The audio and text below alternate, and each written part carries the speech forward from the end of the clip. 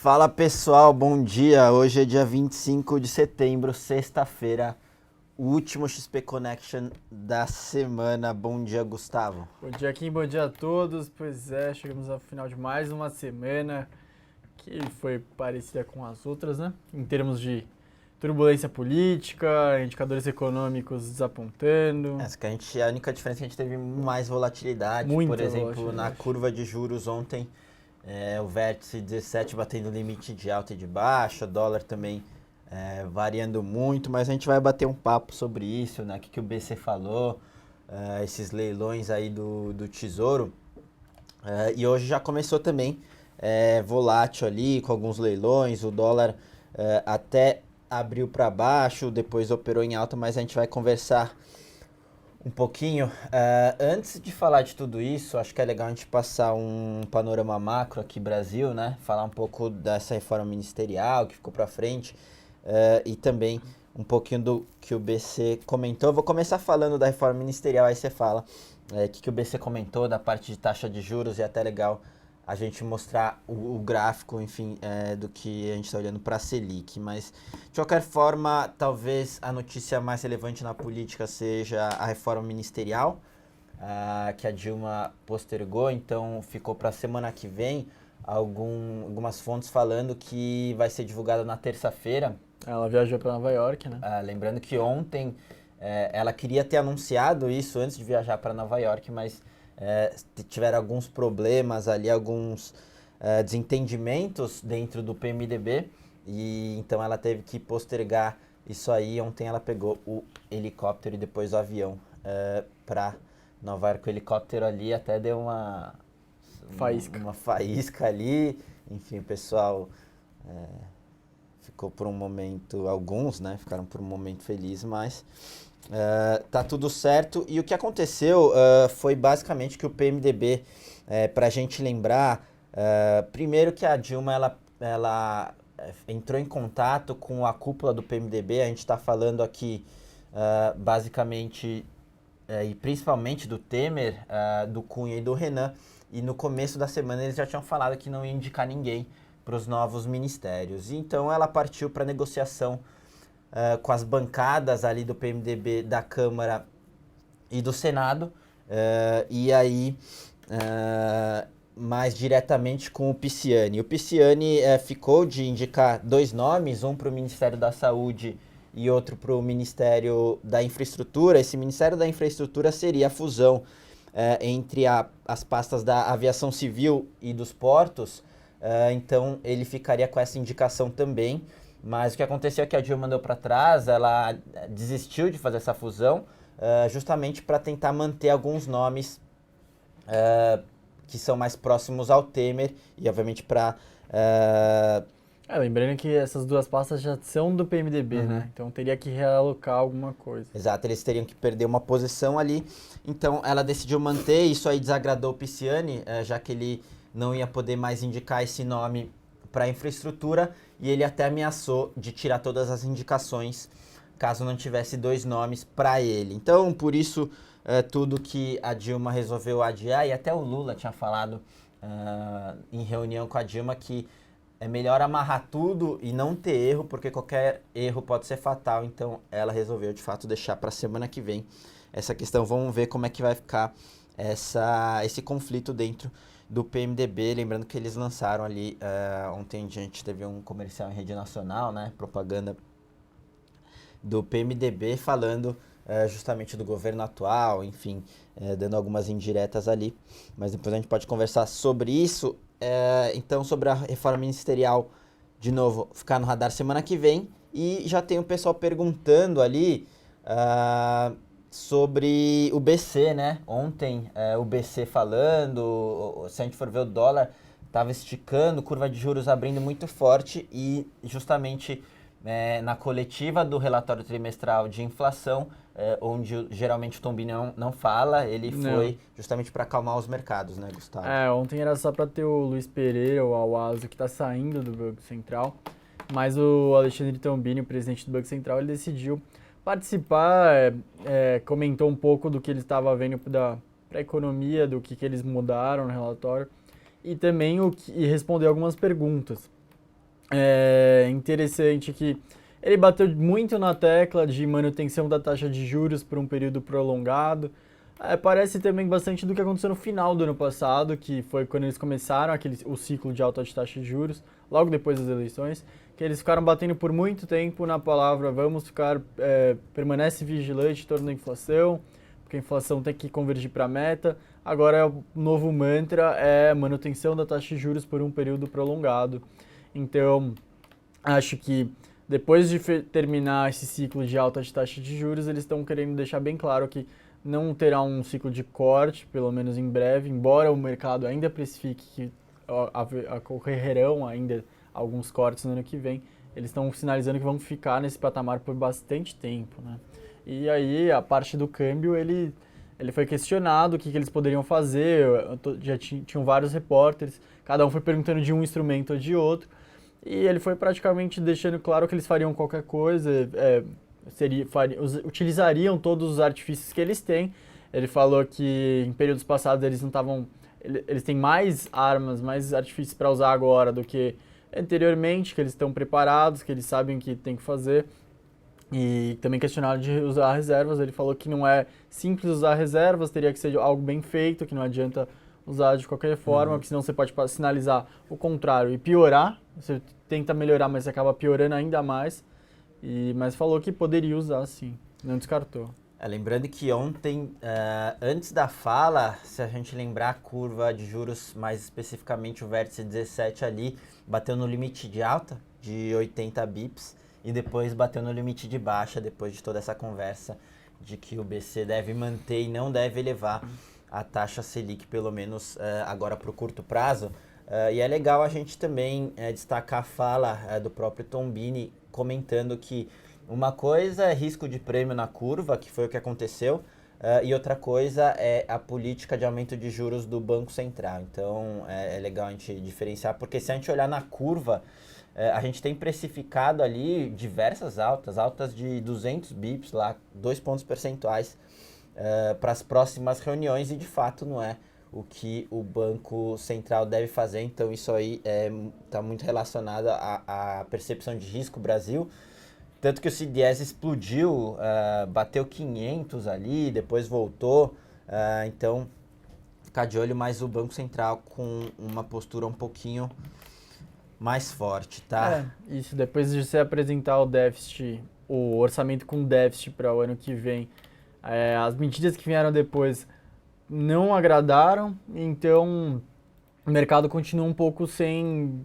olhar para frente e enxergar o que poderia acalmar tudo e ser o início da retomada. Por isso fica mais difícil, por isso o risco de ficar aqui no país, de investir aqui no país cresce.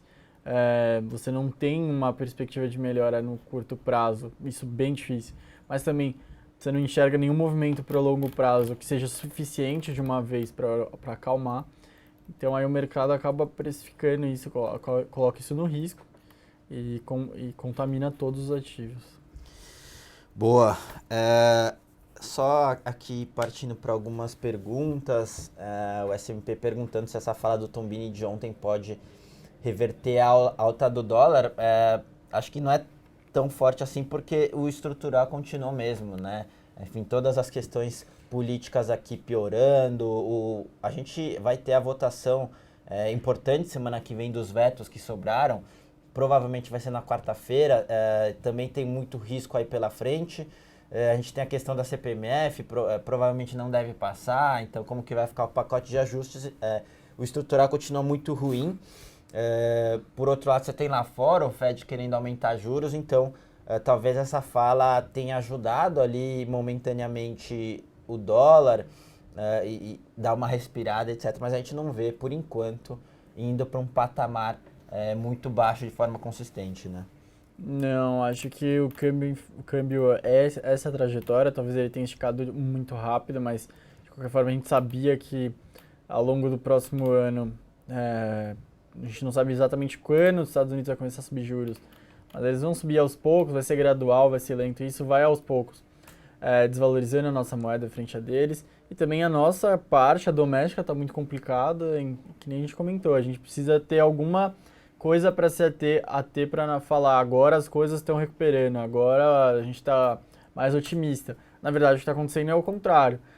A maioria dos analistas acreditavam que o segundo trimestre era o trimestre do fundo do poço e o terceiro já ia começar a dar sinais que você já estava desacelerando menos, que você já estava indo para uma recuperação e até o final do ano poderia trazer trazer uma recuperação de fato, os indicadores começarem a melhorar.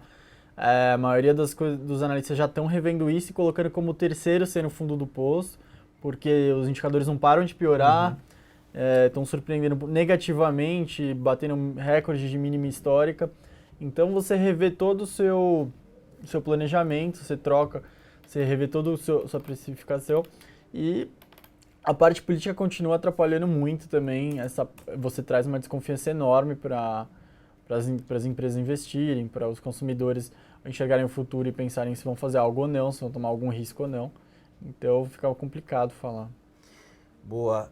O Minion Trader perguntando aqui, né, se a gente acha que o Ibov está caindo mais em função da instabilidade política ou realmente os fundamentos das empresas nacionais precisavam de uma correção. E para a gente falar um pouquinho da fala da Yellen ontem, o que está acontecendo ali e o que a gente vê para a Fed para frente.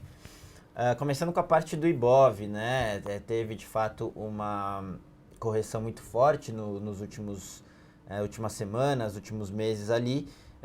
Eu acho que isso tem muito a ver com os fundamentos, tá? A gente viu uma piora, realmente, acho que o trigger a gente pode falar que foi aquele orçamento, né? A revisão do orçamento para 2016 com o déficit, daí depois, atrapalhadamente, eles enviaram um pacote que deve ser muito difícil de passar, a piora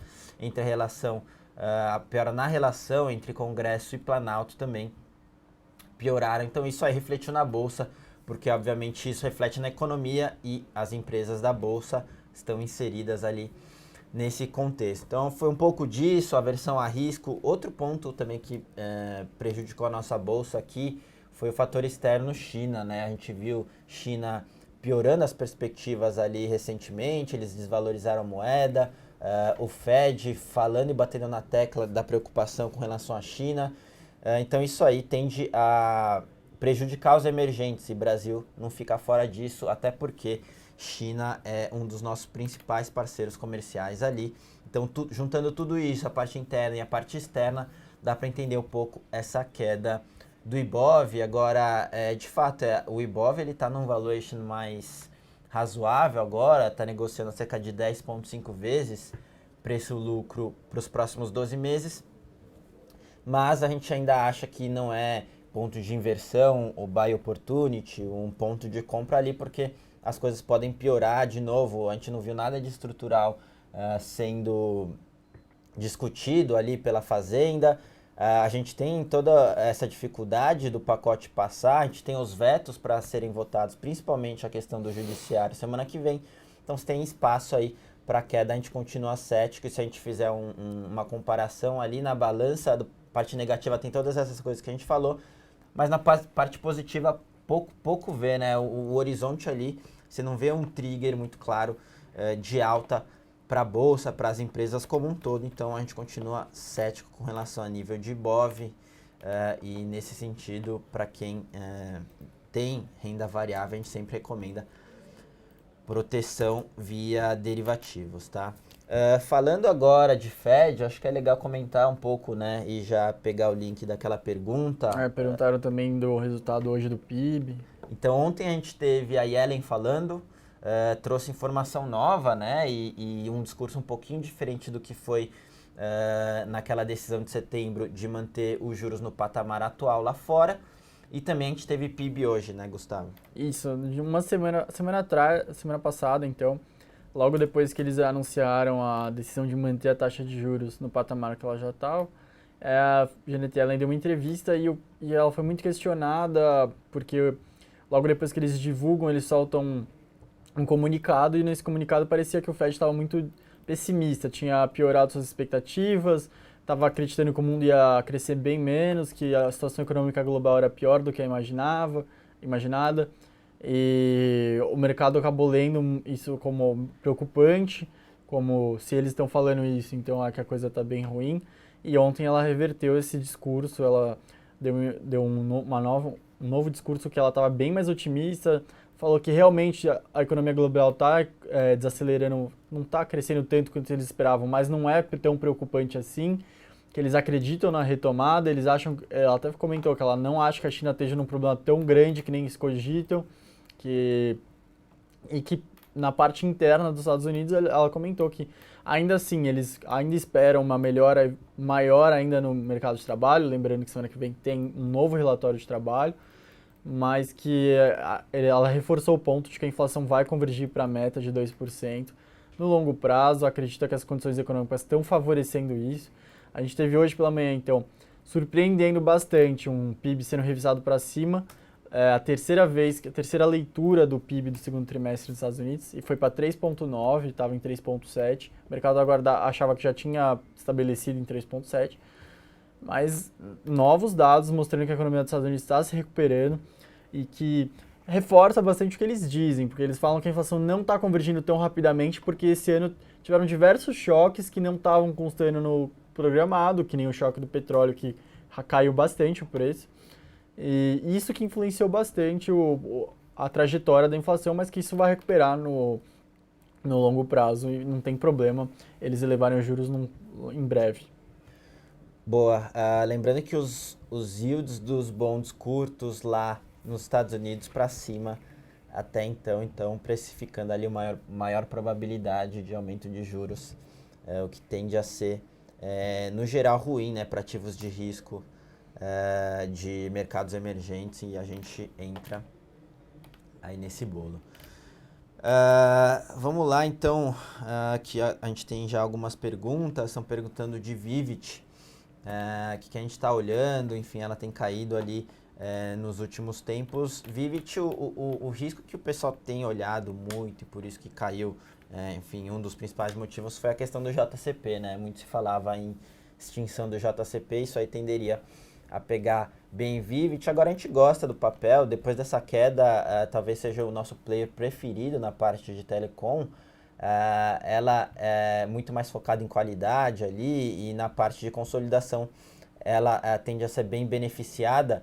E agora um ponto que a gente olha bastante e até por isso que tem uma posição ainda que não tão grande na nossa carteira de dividendos, é o dividend yield, né? O retorno sobre dividendos que a Vivit está entregando, então chama atenção ali para compor portfólio, principalmente para quem está olhando empresas pagadoras de dividendos, tá? Estão perguntando aqui qual o risco da poupança ser confiscada, se é melhor tirar o dinheiro e investir em bolsa? Não, assim, são duas coisas diferentes aqui, mas acho que vale comentar. Primeiro, o risco de poupança ser confiscada acho que é muito baixa, né? Não dá para falar que nada é impossível, mas extremamente baixa ali. A gente vive outros tempos hoje, depois a gente pode comentar um pouco mais na questão macro. Mas essa pergunta, não é melhor tirar o dinheiro e investir em bolsa? Assim, não. Você está falando de duas coisas totalmente diferentes, né? Você mudar a sua posição de poupança para a bolsa é um movimento extremamente agressivo e dependendo do seu perfil não faz nenhum sentido. Então, o primeiro passo seria, primeiro, mudar de poupança para qualquer outro instrumento financeiro que renda mais, né? Você tem ali a poupança, você está perdendo dinheiro por conta de inflação, né? A inflação correndo todo o seu poder de compra ali. Então, primeiro o shift seria você trocar por alguns instrumentos ali. Enfim, na plataforma a gente tem diversos instrumentos de renda fixa, seja Tesouro Nacional, a gente tem CDB pré, enfim, alguns instrumentos pós também. Essa seria a primeira alternativa, a primeira recomendação, na verdade. Você fazer isso até porque, dependendo do montante, você fica protegido ali pelo FGC. Então, qualquer problema ali, o FGC garante, o risco fica bem baixo. Então, esse é o primeiro passo. Agora, se você quer colocar em bolsa, vai depender muito do seu perfil. Se você tiver um perfil conservador, não faz sentido, obviamente, até para aproveitar esses juros num patamar mais alto, então ficar ligado ali. E eu já vou emendar aqui na pergunta, na verdade, a questão do investidor falando que a renda fixa está rendendo bastante e tem que tomar um pouco de cuidado com bolsa, exatamente isso, né? A gente fala um pouquinho mais de renda variável por conta das perguntas aqui, desse ambiente macro, mas, de fato, se você está olhando seu portfólio global ali, não faz sentido você ter a maior parte em renda variável, né? A questão agora é aproveitar esses juros num patamar mais alto. Tem muita coisa para fazer dentro do portfólio de renda fixa. Você pode tomar uma posição, se você for um pouquinho mais agressivo, tomar uma posição pré, ainda que pequena, aproveitando a abertura da curva de juros. Essa é uma estratégia interessante. Você tem diversos instrumentos para você dividir, para ficar garantido pelo FGC, então bastante coisa para fazer. Agora, se você tem um pouquinho mais de apetite a risco e quer estar em bolsa, ainda que numa exposição baixa, a gente sempre comenta entrar em bolsa com proteção, né? A gente tem justamente essa cautela que a gente falou com relação ao macro, então a gente tem feito muito isso para posições em renda variável, fazer proteção via derivativos. Um exemplo seria a Fence, que é você define um intervalo de tempo, um intervalo de ganho máximo e um intervalo de proteção. Isso a custo zero. Então, num ambiente que você não tem as ações performando de forma consistente para cima, essa é uma ótima alternativa para gerar valor para o seu portfólio de renda variável, tá? Eu vou pegar mais algumas perguntas aqui, mas seria legal, Gustavo, se você mostrasse, você trouxe alguns slides para falar ali de juros, e até é legal comentar, né? A gente estava falando que o BC não deve aumentar os juros ali, apesar da curva abrir um pouco esses últimos dias. O que você está olhando, o que você trouxe para a gente? Vou botar na tela, então, a gente tem aqui, que nem eu comentei, logo depois da eleição começou esse ciclo de alta taxa de juros e ele foi gradual, foi aos poucos. E parece que depois, na última elevação, o BC deixou bem claro na mensagem que no dia que ele divulgou, que esse era o último por um período prolongado, pelo menos, e que acreditava que não tinha mais não se justificava mais que esse ciclo de alta continuasse. E provavelmente a gente deve ver um período como esse aqui do gráfico, um período prolongado de manutenção. Então, a cada reunião eles só vão manter a taxa de juros, mesmo com todas essas condições de turbulência, do câmbio, mesmo que a inflação esteja demorando para convergir para a meta. Ontem, no relatório de trimestral de inflação, é importante que eles mudaram esse tom, eles comentaram de novo que realmente eles esperavam que a inflação convergisse para a meta já no final do ano que vem, mas isso dificilmente, o mercado já sabia que dificilmente ocorreria.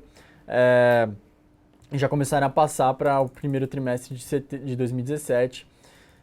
Lembrando que o foco só coloca que em 2018 vai chegar realmente a 4,5, 2017 ainda vai ficar um pouco acima. Também trouxe aqui a parte da inflação, que a gente tem aqui em amarelo um acumulado de 12 meses, a linha vermelha é a meta, e a linha preta, que é o limite superior da meta, que infelizmente nos últimos anos acabou virando a meta, né? Uhum.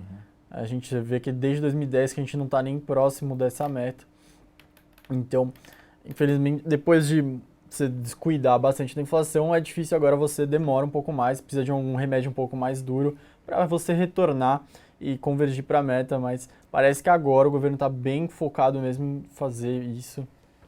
E é legal fazer o link desse gráfico do IPCA, e até por isso, né, que o pessoal, parte do mercado estava cogitando ali um aumento de juros pelo Banco Central, né? Você tem dólar para cima, o que tende a prejudicar a inflação ali, então todo mundo já colocando alguma probabilidade de aumento de juros, mas o BC veio justamente na linha contrária, falando que vai continuar com juros. É muito por conta daquele delay, né, que quando você começa um ciclo de aumento, isso tende a se refletir com um atraso ali na economia real, né? Acho que pode voltar pra gente. É bem basicamente isso. Quando eles começam esse ciclo no final do ano passado, demora bastante para isso realmente impactar, para chegar no final da cadeia do ciclo e aí sim começar a impactar na inflação, cerca de 2, 3 trimestres. Então a gente vai demorar ainda para ver todo o efeito desse ciclo dos últimos meses se concretizar e afetar a inflação. Por isso que eles estão um pouco mais cautelosos em não sair aumentando juros mais ainda, porque, segundo eles têm modelos bem interessantes de que isso vai se concretizar em breve. Boa. Agora, indo aqui para as perguntas, o SMP tinha perguntado se a gente acha que o BNDES realmente vai vender as ações de Fibria, Suzano e JBS para fazer caixa e se isso poderia impactar de forma forte ali as ações. Só para a gente lembrar, o BNDES ele já falou que ele tende a vender de forma pulverizada. Então a gente não deve ver um movimento muito forte ali para Fibria, Suzano e JBS.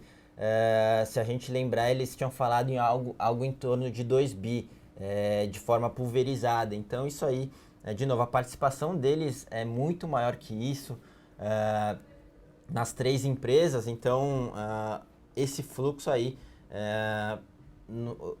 o que a gente tem visto é que pouco vai influenciar em Fibria, Suzano e JBS, tá? Porque, de novo, eles comentaram que não vão se desfazer da maior parte da posição. Agora, se eles mudarem de ideia e vier com um discurso um pouco mais forte, de reduzir drasticamente a posição, aí, obviamente, a gente tem que ficar ligado nisso.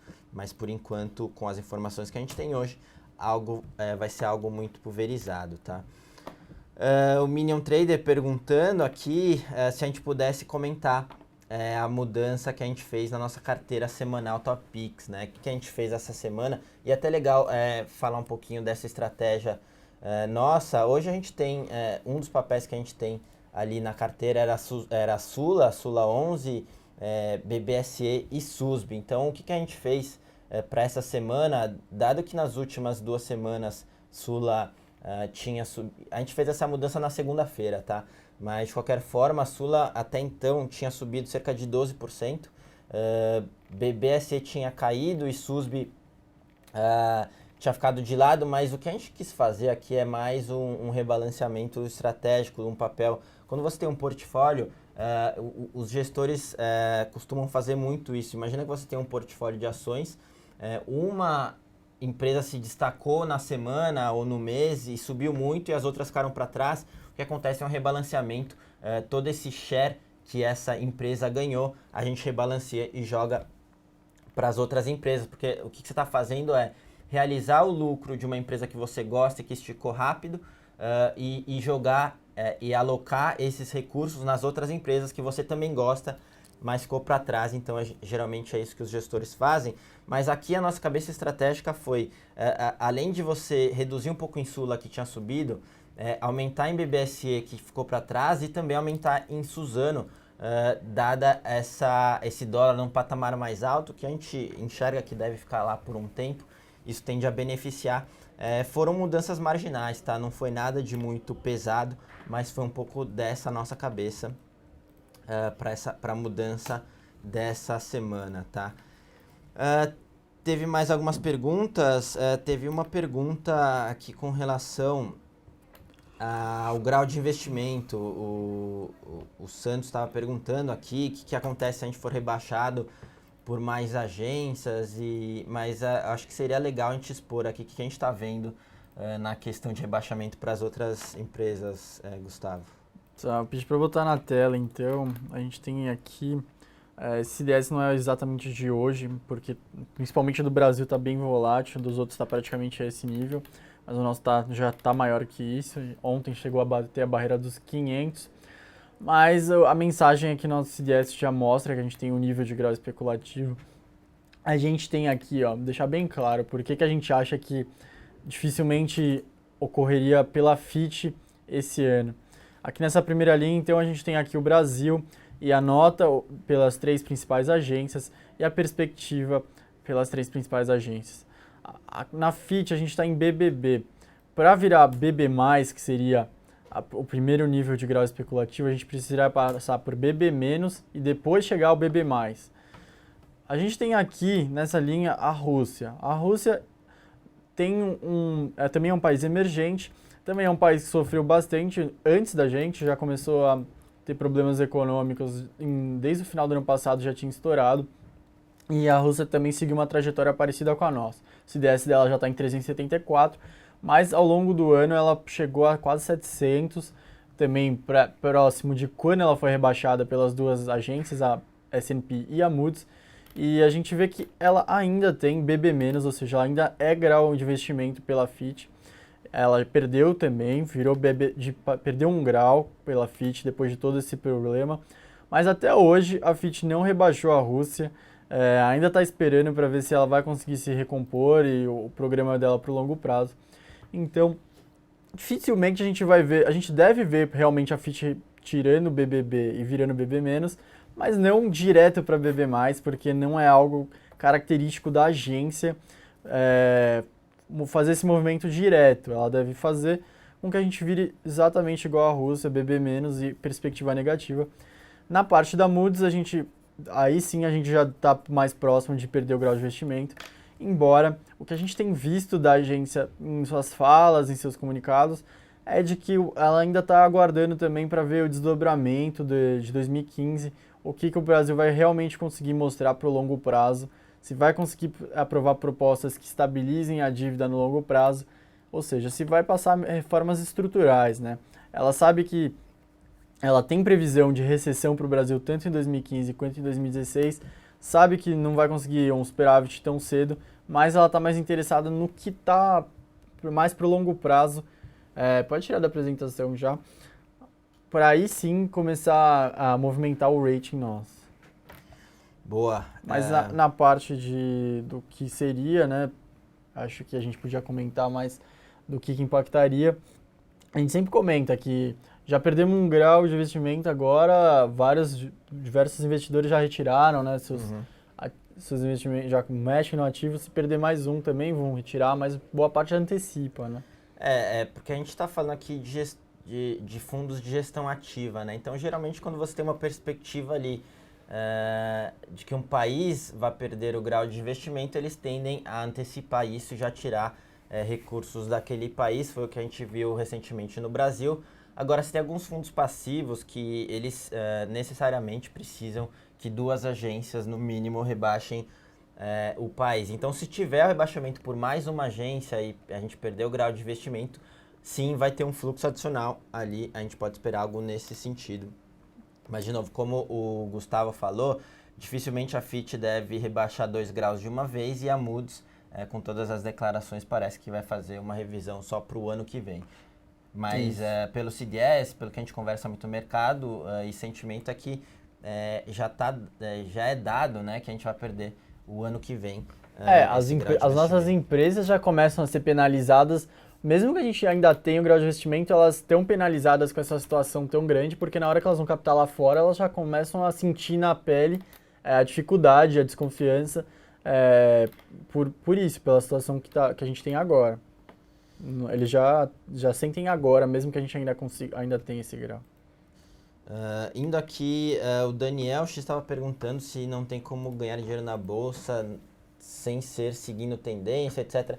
Isso é uma questão mais de análise técnica. A gente está falando, esse programa aqui é de fundamentos, então espera na nossa grade algum programa de análise técnica que eles vão poder te ajudar melhor. Teve uma pergunta aqui se o aumento de juros nos Estados Unidos é bom ou ruim para a nossa bolsa. De uma forma rápida e simples, quando você tem um aumento lá fora, nos Estados Unidos, você tende a aumentar o fluxo de capital para lá. Então, justamente você tem impacto ali em emergentes, ativos de risco, é o que a gente vê. Então, um aumento de juros lá fora tende a ser ruim para ativos de risco e principalmente aqui Brasil, alguma fuga de capital nesse sentido, tá? Perguntaram aqui sobre Vale, Vale 5, o que a gente acha? Olha, a gente ainda continua bem cético com o ativo. A gente está vendo uma dinâmica muito desfavorável para preço de minério de ferro. A gente tem China desacelerando, talvez um pouco mais forte do que o pessoal esperava. Por outro lado, você tem um aumento de capacidade global ainda e já contratado, né? Você tem Vale expandindo, a gente tem BHP, Rio Tinto, então essa dinâmica tende a ser desfavorável, deve manter ali preço de minério de ferro num patamar mais baixo. Além disso, falando de Vale mais especificamente, ela não está com valuation que é uma barganha. Ela negocia ali um EV/EBITDA acima do que foi negociado já no histórico. Lembrando que ela sempre teve um desconto com relação aos competidores globais e hoje trade em linha. Então, em termos de valuation, não está uma barganha. Agora, outro ponto interessante aqui é a questão de fluxo de caixa para a Vale, né? Ela tem 2 anos para frente, esses 2 próximos anos, um cenário bem desafiador, porque ela tem um investimento muito pesado para fazer.